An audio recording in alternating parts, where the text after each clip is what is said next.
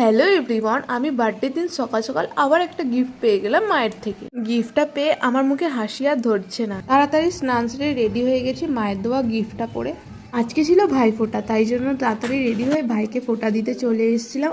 এবছর আমাদের ফোঁটা দিতে নেই, তাই জন্য শুধু জল মিষ্টি খাইয়েছিলাম ভাইকে। প্রতি বছর কোনো না কোনো ওকেশনেই আমার বার্থডে পড়ে, যেটা আমার একটুও ভালো লাগে না।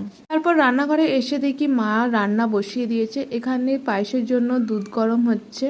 এদিকে মা মাছ মাংস সব ধুয়ে রেডি করে নিয়েছে। এদিকে সবজি কেটে নিচ্ছিল 5 রকম ভাজার জন্য, আর এখানে শাক কাটবে 5 রকম শাক। আমিও মায়ের হাতে হাতে মাকে এবার হেল্প করে দেবো, কারণ একা হাতে মা সবটা করছে। এদিকে ভাইকে গিফটটা দিতে ভুলে গেছিলাম, ওকে আবার গিফটটা দিতে এলাম।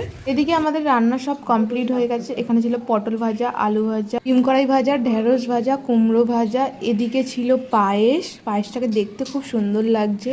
এদিকে ছিল মাছের মাথা দিয়ে চচ্চড়ি। এদিকে ছিল চিকেন কষা, ভেজ ডাল, স্যালাড আর মাছের ঝাল।